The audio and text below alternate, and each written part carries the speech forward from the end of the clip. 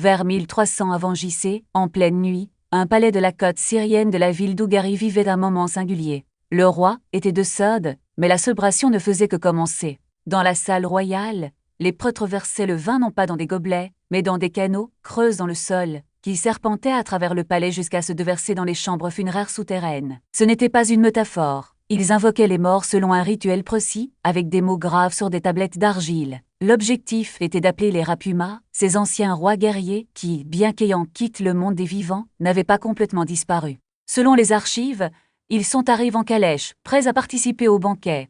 Gardez cette image un instant. En 1929, des archéologues franquais commencent des fouilles sur un site appelé Rachamra, dans la même région côtière de Syrie. Ce qu'ils ont découvert, c'est la ville perdue d'Ougarie, interdite depuis 1185 avant JC, lorsque les soi-disant peuples de la mer l'ont dévestie, mettant ainsi fin à toute une ère de civilisation du bronze. Parmi les ruines ont émergé des centaines de tablettes d'argile, écrites dans une langue que personne n'avait déchiffrée depuis 3 millénaires. Ces documents décrivaient des banquets en l'honneur des rois de Sode, des rituels pour nourrir les esprits des guerriers, et des instructions dites Élise pour invoquer la Rapuma. Et voici une révélation intrigante.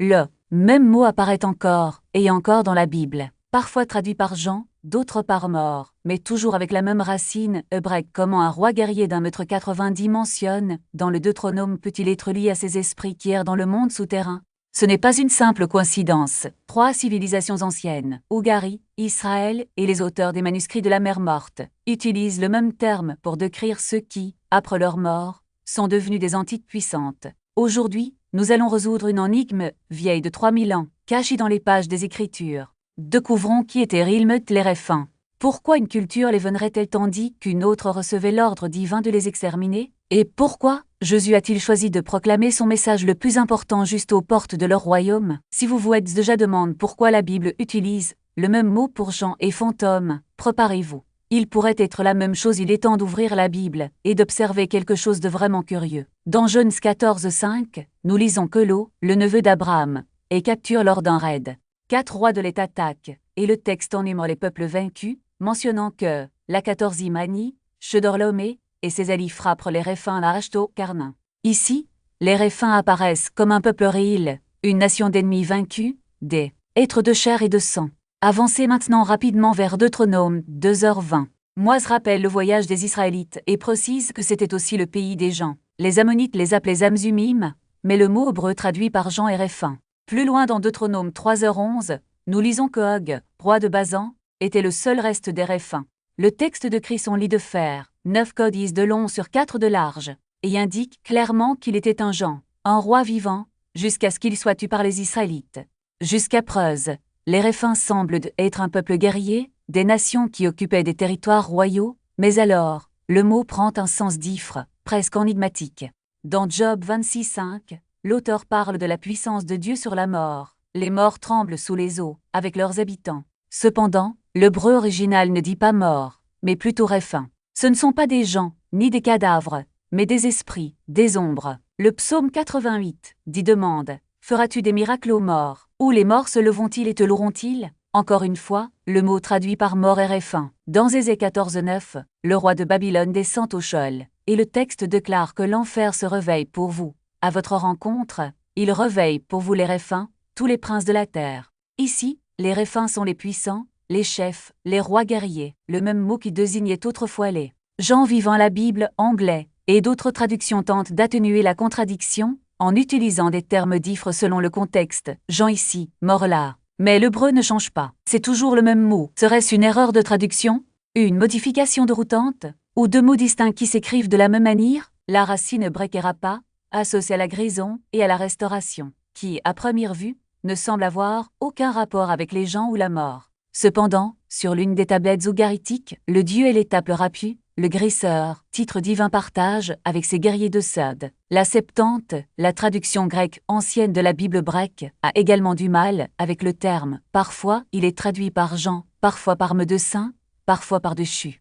Même les anciens traducteurs ne pouvaient pas décider comment l'interpréter. S'il s'agissait simplement d'un problème de traduction, nous pourrions l'ignorer. Mais 3 éléments rendent cela impossible.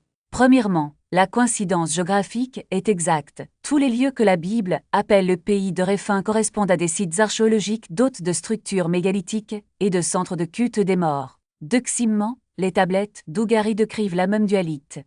Des rois qui, après leur mort, conservèrent leur pouvoir d'esprit. Troisièmement, les manuscrits de la mère morte clarifient le lien, révélant comment les gens se sont transformés en nombre. Et si les Réphins n'étaient pas deux êtres distincts, mais plutôt des guerriers qui, de leur vivant, étaient des gens et, après la mort, devenaient des esprits puissants, et si le lit de fer d'Og et les morts qui remuent dans Isée n'étaient pas des contradictions, mais des parties d'un même récit, racontent à des moments différents. Guerriers et fantômes, gens et ombres, vivants puis morts, mais pas disparus pour comprendre cette transformation. Il faut remonter à 1929. Il faut regarder ce que les archéologues franquais ont découvert en ouvrant les tombes sous le palais d'Ougari. Les rois morts ont laissé des instructions, et elles sont inquiétantes. La scène est la suivante. Un agriculteur syrien labourait son champ lorsque le soc a heurté quelque chose de solide, une dalle de pierre. En dessous, un couloir descendait dans l'obscurité. La nouvelle parvint aux autorités franquaises, et Claude Cheffet dirigea les fouilles. Ce qu'ils ont découvert, c'est la ville perdue d'Ougari, un port important de l'âge du bronze, détruit vers 1185 avant JC, et jamais reconstruit. Parmi les ruines, les tablettes d'argile révéleraient un monde où la frontière entre les vivants et les morts était bien plus fine qu'on l'imagine à ville Éristise, abandonnée, comme si le temps s'y était tarte. Et dans les ruines du palais royal, les archéologues on retrouve les archives, des milliers de tablettes d'argile, contrats commerciaux, lettres, diplomatiques, textes religieux, mises sur les dieux et les monstres, et parmi eux, les liturgies des isomorphes, instructions pour nourrir les Réphins. Le texte principal est connu sous les noms de Cate 1.21.22. Les érudits l'appellent le texte Réphin. C'est un rituel, une convocation, et son contenu ressemble plus ou moins à ceci. Les Réphins sont appelés les anciens rois guerriers, les êtres divins. Ils sont invités à un banquet, et ils viennent. Le texte dit qu'ils arrivent dans des calèches sortant des enfers. Ils viennent manger, ils viennent boire. Et pendant 7 jours le banquet continue, les vivants et les morts partageant la même table, mais le texte le plus inquiétant est le cas 2161. Il s'agit de la liturgie funéraire du roi Nicmadu III romain, de ceux vers 1230 av. Les prêtres le convoquent, l'appelant à rejoindre les Réphins, pour prendre votre place parmi les anciens rois guerriers. Les mots sont directs. Tu es convoque, ô Nicmadu. Tu es convoque dans ta famille. Tu es convoque chez tes proches. Ce n'était pas de la poésie. Ce n'était pas une métaphore. Il n'y avait rien de mystique là-dedans. C'était une religion d'État, un culte officiel. Le roi mourrait, et les prêtres accompliraient un rituel pour s'assurer qu'il deviendrait l'un des Réphins. Et le plus impressionnant, l'archéologie le confirme juste à côté du palais d'Ougari, des tombeaux royaux, des chambres en pierre, ont été découverts. Et creusent dans le sol du palais au-dessus, des canaux de libation menaient directement au tombeau. Le vin répandu dans la salle des banquets coulait dans les tombes des morts. Il ne s'agissait pas d'une offrande symbolique aux anstres. Il nourrissait littéralement les rois morts. Les textes décrivaient cette pratique, et le seul le prouvait, et cela n'était pas exclusif à l'âge du bronze. Avant qu'on d'environ 700 ans, jusqu'au vieux siècle avant JC, en Phénicie, sur la côte du Liban actuel. Là, les archéologues on trouve des sarcophages en pierre avec des inscriptions. Le sarcophage du roi Tabni de Sidon porte un avertissement clair. Moi, Tabni, prêtre d'Astarte, roi de Sidon, je repose dans ce cercueil. Qui que vous soyez, quel que soit l'homme qui trouve ce sarcophage, ne l'ouvrez pas, ne troublez pas mon repos. Mais si vous le faites, que vous n'ayez aucun refuge parmi les vivants sous le soleil, ni un lieu de repos parmi les Réphins. La malédiction invoque les Réphins. Sans après la chute d'Ougari, le même mot, le même concept, la même croyance persistait. Vous devez comprendre ce que cela signifie. Les textes ougaritiques ne sont pas la source à partir de laquelle Israël a copié. Il s'agit d'une confirmation indépendante. Deux cultures, Ougari et Israël. On rencontre les mêmes entités, on utilise le même mot et on est témoin de la même double nature. Roi guerrier dans la vie, esprit puissant dans la mort. La différence n'était pas dans la réalité de ce qu'ils étaient, mais dans la réponse que chaque peuple. Adoni, Ougari accepta les Réphins et fit la paix avec eux.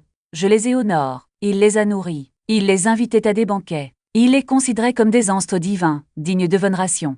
Israël, en revanche, récute l'ordre de les détruire. Mais pourquoi? Parce que l'expérience d'Israël avec les Réphins n'était pas une expérience de respect. C'était une question d'antagonisme.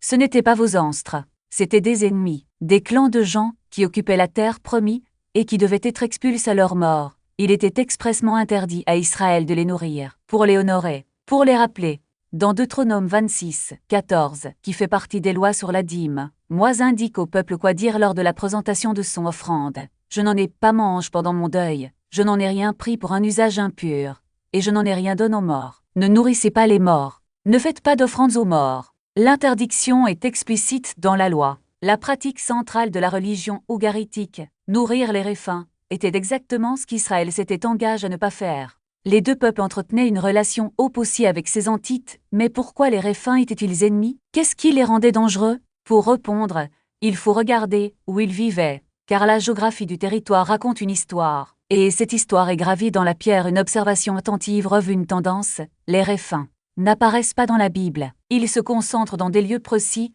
sur des territoires bien définis. 3 régions, en particulier, Bachan, le mont Hermon et la vallée au sud-ouest de Jérusalem, qui porte encore aujourd'hui son nom. Comme on compare Bachan? Bachan est la région à l'est et au nord-est de la mer de Galilée, où se trouvent aujourd'hui les hauteurs du Golan. Et c'est un endroit étrange. Le paysage est noir, fait de basalte volcanique. Quiconque passe par ici, aujourd'hui a le sentiment d'être sur une autre planète. Des roches sombres, peu de végétation, un environnement inquiétant. Mais la Bible l'appelle le pays des réfins. Dans Deutéronome 3h11, nous lisons « Car il ne reste que Og, roi de Basan, des derniers réfins. Son lit, un lit de fer, n'est-il pas dans l'Araba des enfants d'Amon? 9 codices de long et 4 codices de large. 9 codices sur 4, soit environ 4 mètres de long et près de 2 mètres de large. » Le texte dit que le lit de fer d'Og était exposé à Rabat, la capitale des Ammonites, comme pièce de Miouzi, preuve physique du roi Jean qu'Israël avait détruit. Og était le dernier des réfins, et ici, les choses deviennent encore plus impressionnantes. Les archéologues ont cartographié plus de 5000 structures funéraires mégalithiques sur le plateau du Golan. Des bâtiments colossaux en pierre, certains pesant plusieurs dizaines de tonnes, érigés pour abriter les morts. Et ils sont antérieurs à l'arrivée d'Israël de plusieurs millénaires, depuis l'âge du bronze, certains remontant au 4e millénaire avant notre ère. Ceux qui habitaient Bachan avant Israël avaient un culte des morts, un système sophistique, et organisent, pour honorer les puissants défunts. La Bible appelle cette région le pays des réfins. L'archéologie montre là-bas l'infrastructure d'un culte de la mort. Agrandissez maintenant la carte. À l'extrémité nord de Bachan s'élève une montagne, le mont Hermon, haut de plus de 2700 mètres, recouvert de neige, visible à une centaine de kilomètres. Les Canaanites l'appelaient Baal Hermon. Les Grecs l'associèrent à Pan et construisirent à sa base un sanctuaire, une grotte qu'ils croyaient être une entrée vers le monde souterrain. Mais le nom hébreu est révélateur. Hermon peut être apparent à Orem, qui signifie voie à la destruction, maudit, mis à part pour le jugement. Pourquoi la montagne la plus imposante de la région recevrait-elle un tel nom? Car, selon le livre dans notre chapitre 6, verset 6, c'est là que tout a commencé. Et il y en avait 200 qui, du temps de Jahad, descendirent au sommet du mont Hermon, et ils l'appellent mont Hermon parce que là ils juraient, et se liaient par des serments mutuels. En Noche les appelle des veilleurs, des êtres divins rebelles. Ils descendirent au mont Hermon, conclurent un pacte, prirent des femmes humaines et donnèrent naissance aux Néphilim, les gens. Et quand le déluge est arrivé descendu et scelle leur pacte, il devient aussi le lieu où fut de crotte leur emprisonnement. Et c'est précisément là, au pied du mont Hermon, que Jésus conduit ses disciples des siècles plus tard. La géographie n'est pas une simple coïncidence. Césarée de Philippe, où est posée la question décisive. Pour vous, qui suis-je? Se trouve à côte d'une grotte que les Grecs appellent la porte d'Ade. Ce n'était pas une métaphore poétique. Pour les anciens, il s'agissait d'un véritable seuil, d'un point de contact entre le monde des vivants et celui des morts. Et c'est là, devant cette entrée symbolique, que Pierre confesse « Tu es le Christ, le Fils du Dieu vivant ». Jésus répond par une promesse qui résonne comme un verdict. « Sur ce rocher je bâtirai mon église, et les portes de l'enfer ne prévaudront pas contre elle. » Les portes de l'enfer n'étaient pas qu'une figure de style. Il s'agissait des mêmes portes qui, selon la tradition, gardaient l'accès au monde souterrain, le lieu où les esprits des Néphilim, les descendants des veilleurs, erraient comme des démons. Et le mont Hermon, où tout a commencé, était désormais le lieu où le Fils de Dieu déclarait sa victoire sur les forces qui étaient emprisonnées. Mais l'histoire ne s'arrête pas avec Hermon. Au sud-ouest de Jérusalem est s'étend la vallée des Réphins, un lieu qui apparaît à plusieurs reprises dans les récits bibliques. Dans 2 Samuel 5, les Philistins envahissent Israël et se répandent dans toute cette vallée. David consulte le Seigneur, reçoit une stratégie et les vainque. Ils reviennent, de nouveau dans la vallée des Réphins, et David, suivant les instructions divines, les attaque par derrière, gagnant une fois de plus. 2 batailles, 2 affrontements décisifs, et toutes 2 se déroulent dans une vallée dont le nom signifie les morts ou les esprits des gens. Pourquoi là? Pourquoi cet endroit précis? La réponse est sur la carte. Tous les pays associés aux Réphins, Basan, Hermon, les régions allées du Jourdain, sont allées au nord-est d'Israël. Élai dans la Bible a un poids symbolique. Adam et Haïf sont expulsés d'Éden et envoyés vers Lais. Cain, après avoir tué Abel, s'enfuit au pays de Nod, également à Lais. La tour de Babel est construite dans la plaine de Shinar, à Lais. Lot se sépare d'Abraham et se dirige vers Lais, vers Sodome. Lais est la direction de l'exil, de l'éloignement de la présence de Dieu. Et c'est précisément là que se concentrent les Réphins. Les gens et leur culte demeurent. La Bible ne se contente pas de consigner des événements historiques. Elle dessine une carte spirituelle. Les Réphins n'étaient pas seulement des guerriers ou des rois morts, c'étaient des esprits puissants, restes des Néphilim, qui continuaient à exercer une influence sur la terre. Lorsqu'Israël a reçu l'ordre de détruire complètement certaines villes et leurs habitants, il ne s'agissait pas simplement d'une campagne militaire. C'était un nettoyage titologique. Éliminez les clans Jean, éradiquer les centres de culte de la mort, reprenez les territoires qui avaient à être ceux d'Oréphin Tog, le dernier des Réphins mentionne, dans la Bible, n'a pas été choisi par hasard. Il dirigeait Bachan,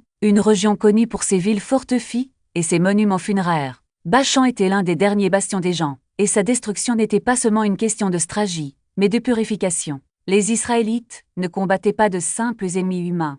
Ils étaient confrontés à un héritage spirituel qui remontait aux veilleurs, aux Néphilim et aux démons qui en étaient issus. Et ici se pose une question cruciale. Comment les Juifs du Second Temple connaissaient-ils ce lien entre les gens et les esprits? Comment ont-ils compris que les Réphins n'étaient pas seulement des rois morts, mais des entités condamnées? La réponse réside dans des textes qui n'entraient pas dans le canon biblique traditionnel, mais qui étaient largement connus et respectés à l'époque en 1946 ou 1947. Les dates varient. Un berger bédouin, alors qu'il cherchait une chèvre perdue, jeta une pierre dans une grotte près de la mer Morte. Il entendit le bruit de poteries précises, franchit la porte et trouva des jarres anciennes. À l'intérieur, des rouleaux de cuir et de papyrus, enveloppes de lin et caches pendant près de 2000 ans. Dans les années suivantes, les archéologues explorent 11 grottes de Qumran et découvrirent la bibliothèque d'une secte juive. Parmi les manuscrits se trouvaient des copies de livres bibliques, des commentaires, des hymnes, des règles communautaires et d'autres textes que la secte considérait comme faisant autorité, notamment le livre d'Enoch, le premier Enoch, attribué à Enoch, l'arrière-grand-père de Noé, et brièvement cite dans la Bible. Enoch marcha avec Dieu, et on ne le trouva plus, car Dieu le prit. Mais le livre va bien plus loin. Il prétend être un récit des visions qu'Enoch a eues lorsqu'il a été enlevé au ciel, des visions d'anges, des jugements, de la fin des temps, et surtout l'histoire des veilleurs au chapitre 6, Enoch décrit comment 200 anges, peu veilleurs, sont descendus sur terre sous la direction de Semjaza. Ils choisirent le mont Hermon comme lieu de leur serment, prirent des femmes humaines pour épouses, et engendrèrent les Néphilim, traduit par Jean. Le chapitre 7, versets 2 à 5 détaille la nature de ces êtres, et ils concurrent et donnent naissance à de grands gens, dont la hauteur était de 300 codices. Ils dévorent tout ce que les hommes produisaient, et quand les hommes ne pouvaient plus les soutenir, les gens se retournèrent contre eux et dévorent les hommes. Et ils commencèrent à pécher contre les oiseaux, les animaux, les reptiles et les poissons, et à se dévorer la chair les uns des autres et à boire leur sang. Les Néphilim n'étaient pas seulement de grande taille, ils étaient violents, insatiables, une force de destruction, qui consumait tout autour d'eux. Dieu envoie alors le déluge pour purifier la terre. Les gens sont détruits, leur corps noie et la création se renouvelle. Mais le problème n'a pas été résolu au chapitre 15. Dieu parle en Enoch et explique le sort des esprits, Néphilim. Versets 8 à 12. Et maintenant, les gens qui sont des esprits et de la chair seront peu mauvais esprits sur la terre, et sur la terre seront leur demeure. Les mauvais esprits sont issus de leur corps, parce qu'ils sont engendres des hommes et des saints veilleurs est leur origine et leur principe primordial. Ils seront de mauvais esprits sur la terre, et seront le mauvais esprit. Ici, la révélation est choquante. Les gens meurent dans le déluge, mais leurs esprits n'ont nulle part où aller, parce qu'ils sont hybrides, mi-humains, mi-angiques. Ils n'appartiennent ni au royaume des morts, ni à celui des anges. Ils deviennent des esprits errants, des démons qui tourmentent l'humanité. Le déluge a détruit leur corps, mais leurs esprits sont restés maintenant. Tout se met en place. Les Cananéens et les autres peuples de la région ne se contentaient pas d'honorer leurs ancêtres de Sod. Ils adoraient les esprits des Néphilim, les descendants des veilleurs, des êtres qui n'auraient jamais dû exister. Il ne s'agissait pas de vénérer de nobles ancêtres, mais de nourrir des démons, d'entretenir une relation avec des entités que Dieu avait déjà jugées et condamnées. C'est pourquoi Israël s'est vu interdire de participer à ses services. C'est pourquoi les pratiques cananéennes telles que celles de Crite dans les textes d'Ougari, étaient strictement interdites, non pas parce que les réfins n'étaient pas rels, mais parce qu'ils étaient rels, et qu'ils avaient à être condamnés. Les veilleurs eux-mêmes, selon le chapitre dit d'Enoch, furent lises et emprisonnés. Dieu ordonne aux archanges, liez Azazel mains et pieds et jetez-le dans les ténèbres, et ouvrez le désert qui est à Dudaël et jetez-le dedans. Et le jour du grand jugement, il sera jeté dans le feu 70 générations sous les collines de la terre, jusqu'au jour de son jugement et de sa fin, jusqu'à ce que le jugement éternel soit accompli. Les veilleurs n'ont pas été détruits immédiatement. Ils furent emprisonnés sous les montagnes, en attendant le jugement final. Et le mont Hermon, où tout a commencé, était le symbole de cette prison, un lieu où le pacte des anges rebelles avait été scellé et où, désormais, leur perte était Dicretiello, qui dans l'imaginaire ancien était le seuil entre le monde des vivants et celui des morts. La mer, en particulier, était considérée comme le domaine des esprits rebelles, le lieu où résidaient les forces chaotiques depuis les temps primordiaux. Ce n'est pas un hasard si, après avoir chassé les démons, Jésus les envoie dans un troupeau de porcs qui se précipite ensuite dans l'eau. Le geste n'est pas seulement symbolique, c'est une déclaration théologique. Ce que redoutaient les anciens, ce qu'ils se nourrissaient de rituels et d'offrandes, ce qu'ils recherchaient dans les rêves et les visions nocturnes, y était définitivement confronté. Le poste vivait parmi les tombeaux, exactement comme Isel avait condamné. Il ne s'agissait pas d'un cas isolé de possession, mais d'une manifestation de ce qui restait de l'ordre ancien, les esprits des gens, les restes des réfins, toujours actifs, toujours exigeants. Et le nom Légion n'était pas d'une simple métaphore. C'était une référence directe à la structure militaire des Watchers, à leur organisation hiérarchique, à leur présence collective dans le monde. Les démons n'ont pas agi seuls. Ils opéraient comme une force organicie, vestige d'un système pour lequel Israël s'était battu pendant des siècles. Ce qui rend cet épisode encore plus significatif est le lieu où il se déroule, la région des Gadarniens, un territoire qui, dans la tradition, était lié aux gens et au clan Réphin. C'était une zone située en dehors des frontières sacrées d'Israël, un lieu où persistaient des pratiques interdites, où les morts étaient convoqués et où les esprits des anciens guerriers continuaient d'exercer leur influence. En intervenant là-bas, Jésus ne grissait pas seulement un homme, il envahissait le dernier bastion des veilleurs, l'endroit où leur présence était encore ressentie, où leur héritage était toujours vôtre, et la réaction des démons est révélatrice. Il supplie de ne pas être envoyé dans l'abîme, le même endroit où les veilleurs avaient été emprisonnés sous le mont Hermon. Ne nous envoie pas dans l'abîme. Ils pleurent. Ils savaient quelle était leur destination finale. Ils savaient que, comme leurs prédécesseurs, ils étaient condamnés à attendre le jugement éternel. Mais pour l'instant, ils pouvaient encore habiter parmi les vivants, ils pouvaient encore se manifester à travers les corps de ceux qui les recherchaient. L'expulsion des démons dans les cochons, animaux impurs associés au rituel peine, et leur destruction dans les eaux, était un écho du déluge, un nouveau jugement sur les forces qui avaient corrompu la terre au temps de Noé. Ce que Jésus fait là-bas n'est pas seulement un exorcisme, c'est un renversement de l'ordre établi par les veilleurs. Là où ils avaient introduit la corruption, il apporte la restauration. Là où ils avaient laissé un héritage de violence et de mort, il offre la vie. L'homme qui vivait autrefois parmi les tombeaux, nu et fou, est maintenant assis, habillé saint d'esprit. La transformation est totale. Non seulement le corps est libre, mais l'identité elle-même est restaurée. Et l'ordre de Jésus de rentrer chez lui et de raconter ce que Dieu avait fait pour lui n'est pas un détail mineur. C'est un appel à proclamer la victoire sur les esprits des anciens, à remplacer la mémoire de ceux qui ont été vaincus par la mémoire de celui qui les a vaincus. Ce chemin se repère tout au long du ministre de Jésus. Partout où il va, les démons reconnaissent son autorité. Ils savent qu'il est, le Fils du Dieu Trozo, celui qui a pouvoir sur l'abîme. Et ce n'est pas un hasard si, dans l'évangile de Luc, les démons crient « Tu es le Fils de Dieu », avant d'être réduits au silence. Ils ne proclament pas cela par dévotion, mais par terreur. Ils savent que leur heure arrive. Ils savent qu'avec l'arrivée de Jésus, le jugement des veilleurs et de leurs descendants approche, mais la bataille ne s'arrête pas là.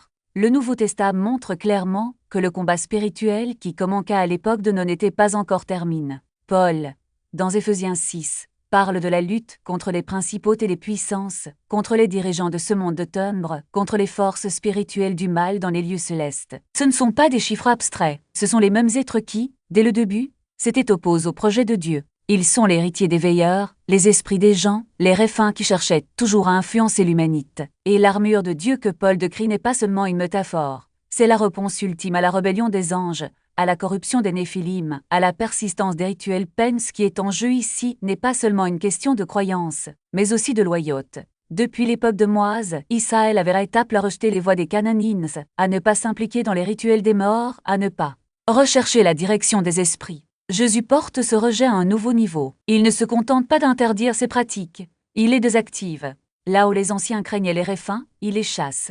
Là où les gens cherchaient protection auprès des morts, il offre la vie. Là où les démons réclamaient l'adoration, il les soumet à son autorité.